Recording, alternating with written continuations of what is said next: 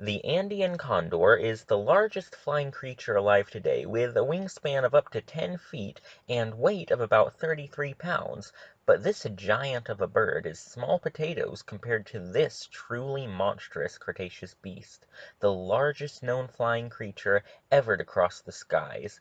Meet Quetzalcoatlus.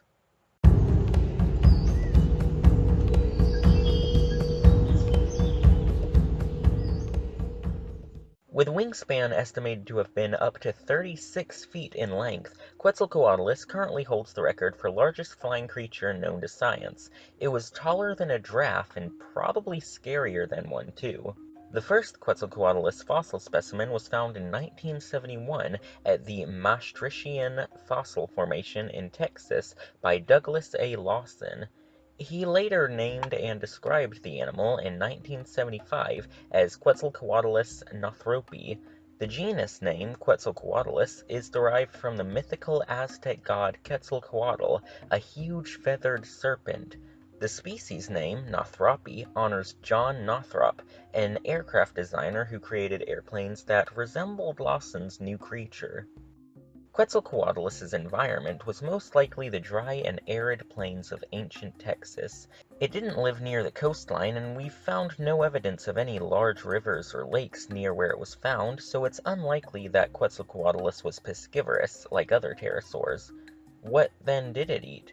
Well, one theory is that it was a scavenger, eating the carcasses of already dead animals, like a vulture.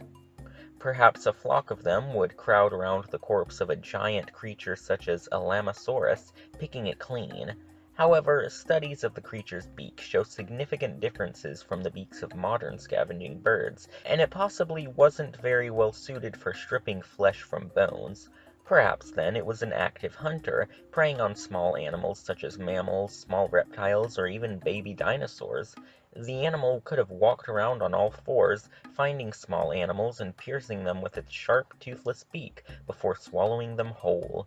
Or maybe it just flew down to McDonald's and bought a burger. Who can tell? Another frequently contended aspect of the pterosaur is exactly how much it weighed, with some paleontologists claiming that it was around 440 pounds, and some saying it could have been as light as 150 pounds. And really, unlike other prehistoric animals, we don't have anything alive today even remotely similar to Quetzalcoatlus, and thus have nothing to compare it to.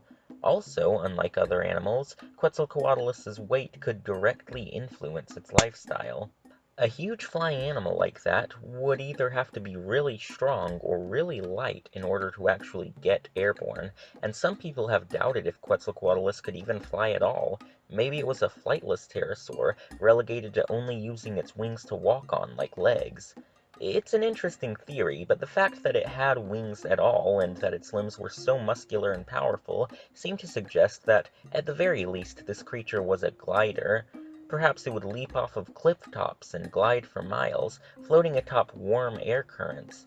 Or maybe it would use its powerful limbs to launch itself into the air from the ground and flap its wings to gain altitude. There's really no telling how an animal this massive could go about flying, but that's part of the fun of paleontology.